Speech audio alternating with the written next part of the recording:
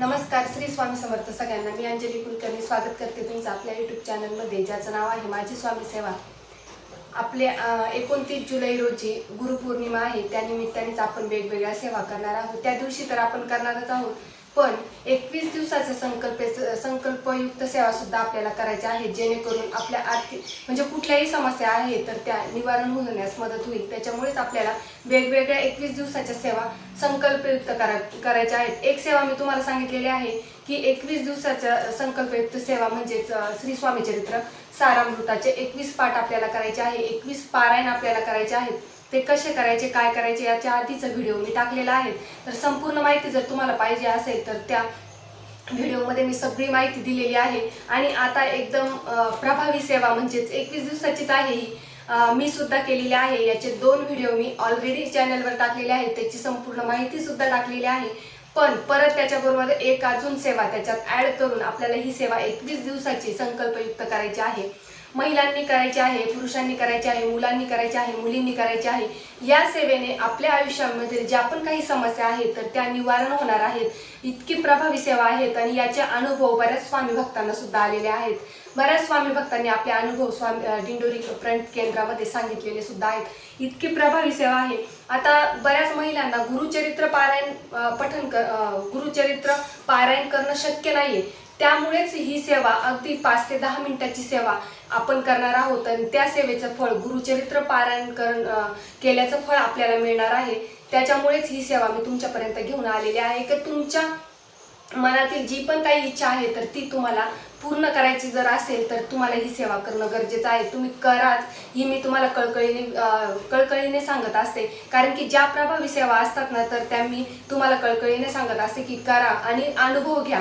आता ही सेवा बऱ्याच महिला जॉब करतात, घरात वेळ नसतो, पुरुषांना वेळ नसतो, मुलींना वेळ नसतो, अभ्यास असतो आणि त्यांना मनातील इच्छा तर पूर्ण करायची आहे। गुरुचरित्राचं पारायण तर करायचं आहे, पण गुरुचरित्राचं पारायण करणं शक्य नाही तर तुम्हाला ही सेवा करायची आहे। अगदी 5 मिनिटाची आहे। तर ती सेवा कोणती आहे तर तुम्हाला श्री गुरुचरित्रातली 2 अध्याय पठण करायचे आहे आणि ही सेवा तुम्हाला 21 दिवस करायची आहे। संकल्पयुक्त सेवा करायची आहे। त्याचे नियम अटी तुम्हाला सांगणारच आहे काय आहे तर ते, आणि विशेषतः तुम्ही जी पण काही सेवा करताना तर ती भाव ठेवून करा, विश्वास ठेवून करा।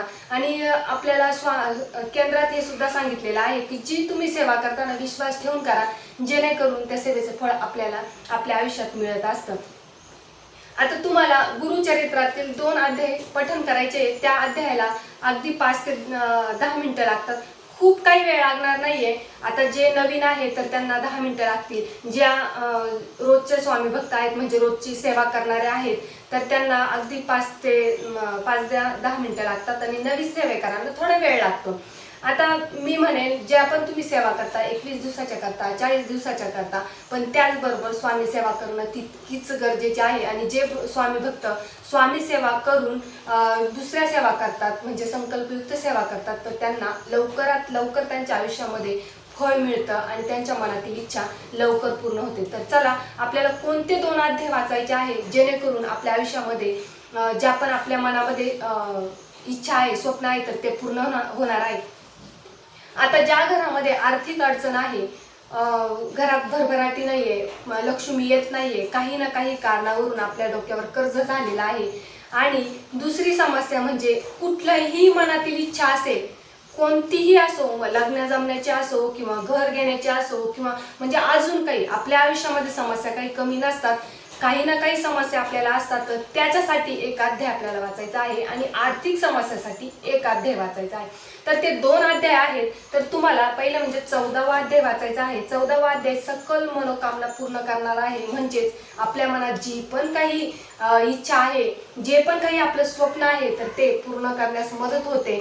आणि दुसरं म्हणजे 18वा अध्याय वाचायचा आहे। त्याच्याने काय होणार आहे, दारिद्र्य परिवार होऊन अमृत कुंभ देणार आहे, म्हणजे आपल्या आयुष्यामध्ये जेवढं पण काही दारिद्र्य आहे तर ते नाहीसं होऊन आपल्या घरामध्ये अखंड लक्ष्मीचा वास होणार आहे। आता तुम्ही म्हणाल की हे अध्याय गुरुचरित्र घ्यायचं का? तर नाही, गुरुचरित्र ग्रंथ हा इतका पवित्र आहे आणि त्याचा आपण हात लावल हे केलं, आपल्याकडून एवढे कडक काटेकोर नियम आपल्याकडून पाळले जात नाही. आणि तुम्हाला माहितीच आहे हिंदू धर्मामध्ये गुरुचरित्र ग्रंथाला किती महत्व आहे. आणि गुरुचरित्र ग्रंथ जो गुरुचरित्र पारायण जी व्यक्ती करते त्याच्या आयुष्यातील सगळे दोष निवारण होतात. ज्या घरामध्ये गुरुचरित्र पारायण होतं त्या घरामध्ये कुठलीही समस्या उरत नाही. आणि वर्षभरातून जर 7 गुरुचरित्र पारायण केले तर मग विषयच नाही, आपल्या आयुष्यामध्ये कुठलीच अशी समस्या नाही की ती आपल्या आयुष्यामध्ये राहणार आहे. तर तुम्ही जर शक्य झालं तर या म्हणजे या गुरुपौर्णिमेला शक्य झालं तर गुरुचरित्र पारायण करू शकता. त्याचा सुद्धा मी लवकरात लवकर व्हिडिओ आणणार आहे, जेणेकरून 7 सप्ताह पारायण तुमचं होणार आहे. 7 दिवसीय पारायण एक पारायण 7 दिवसाचं होणार आहे. तर ते सुद्धा मी तुम्हाला कशी माहिती काय कसं करायचं हे सगळं सांगणार आहे. तर त्याच्या आधी तुम्हाला अगदी 5 मिनिटाची सेवा कशी करायची हेच सांगणार आहे. तुम्हाला सांगितलं आहे 14वा अध्याय आणि 18वा अध्याय गुरुचरित्राचं पठण करायचं आहे. तर गुरुचरित्र ग्रंथ आपल्याला घ्यायचं नाही, तर हे एक छोटंसं पुस्तक मी मागे पण दाखवलं होतं. एक छोटंसं पुस्तक आपल्याला स्वामी केंद्रात भेटतं किंवा जिथे धार्मिक ग्रंथ भेटतात तर तिथे त्या शॉपमध्ये सुद्धा हे तुम्हाला पुस्तक मिळून जाईल. आणि वेगवेगळे सुद्धा पुस्तकं मिळतात. 14वा अध्यायाचं वेगळं पुस्तक मिळतं, 18वा अध्यायाचं वेगळं पुस्तक मिळतं. तर तुम्ही ते 2 घेतलं तरी चालणार आहे. आणि मी जे घेतलेलं आहे त्याच्यात 13वा अध्याय 14वा अध्याय आणि 18वा अध्याय आहे. म्हणजे जेणेकरून तिन्ही अध्याय एकाच पुस्तकामध्ये आहे. एकच पुस्तक आपल्याला सांभाळायचं, ते 2-2 पुस्तकं आपल्याला हे काढायचं ते काढायचं, त्याच्यापेक्षा एकच पुस्तक मिळालं तर तुम्ही ते एकच पुस्तक घ्यायचं आहे. आता याचे नियम म्हणजे काय? स्त्रियांनी वाचू शकता, पुरुष वाचू शकता. तुम्ही म्हणाल का स्त्रिया वाचलं तर चालेल का? स्त्रियांनी मुलींनी वाचलं तरी चालेल का? हो चालेल. आणि ज्या म्हणजे घरामध्ये आता मुलीचं लग्न जमत नाही तर आईने ही सेवा केली तर चालेल का ताई? भावाचं लग्न जमत नाही तर बहिणीने केलं तर चालेल का? हरकत नाही. तुम्ही संकल्पयुक्त कोणीही कोणासाठी सेवा करू शकतात. आता संकल्प कसा करायचा तर तुम्हाला माहितीच आहे. आता 21 दिवसाची सेवा आपल्याला करायची, तर शक्य झाले तर तुमच्या जवळपासच्या केंद्रामध्ये जाऊन तुम्ही नारळ खडी साखर ठेवून स्वामी महाराजांना प्रार्थना करायची आहे की ही जी मी सेवा करणार आहे तर ती निर्विघ्नपणे पार पडू द्या, याच्यात कुठलंही विघ्न येऊ देऊ नका. आणि तुम्हाला जर आता वाटलं की आता 1-2 दिवस आपल्याला कुठून होणार नाही तर तुम्ही 1-2 दिवस आधी ही सेवा सुरू केली तरी चालेल. कारण की मध्ये 21 दिवस कोणती ना कोणती अडचण येतेच. त्याच्यामुळे तुम्ही आजपासून सुरुवात करा, उद्यापासून सुरुवात करा, म्हणजे 2 दिवस आधी सुरुवात केली तरी चालणार आहे. कारण की मी सुद्धा 2 दिवस आधीच सुरुवात करणार आहे. आणि मी कोणत्या सेवा करणार आहे याचा सुद्धा मी लगेच उद्याच व्हिडिओ तुमच्यापर्यंत घेऊन येणार आहे, जेणेकरून महिलांना लगेच 9 तारखेपासून ज्या पण सेवा करायच्या असतील तर त्याचा संकल्प करू शकता. संकल्प तुम्हाला सांगितलं. आता केंद्रात जाऊन नारळ खडी साखर अर्पण करून स्वामी महाराजांना प्रार्थना करून घरी यायचं आहे. जी जेव्हा तुम्हाला सेवा करायची आहे त्यावेळेस आसन घ्यायचं आहे, देवाजवळ धूप दीप लावायचा आहे आणि तिथे सुद्धा प्रार्थना करायची आहे की माझी ही सेवा मी सुरुवात करतोय तर ती निर्विघ्नपणे पार पाडून द्या. आता त्याच्यानंतर तुम्हाला संकल्प करायचा आहे. तामण घ्यायचं आहे, शुद्ध पाणी घ्यायचं आहे. उजव्या हातामध्ये पाणी घेऊन हळद कुंकू अक्षदा पुष्प घेऊन आपलं नाव, आपलं गोत्र आणि आपल्या मनातील इच्छा सांगून अगदी साधा सोपा मी तुम्हाला संकल्प सांगते प्रत्येक व्हिडिओमध्ये. आणि तो संकल्प आपल्याला करायचा आहे.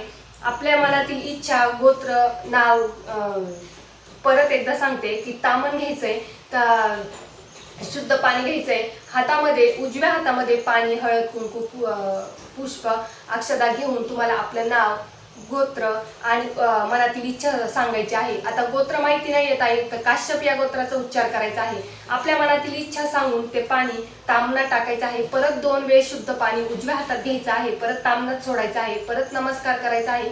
जी मी सेवा करते ती निर्विघ्नपणे पार पडू द्या. आता हे पाणी काय करायचं तर हे पाणी तुम्हाला झाडांना टाकायचं आहे. आता संकल्प केल्यानंतर आपल्याला सेवेला सुरुवात करायची आहे. सेवेला सुरुवात करताना तुम्हाला 1 माळ स्वामी समर्थ नामस्मरण करायचं आहे आणि त्याच वेळेस तुम्हाला सेवेला सुरुवात करायची.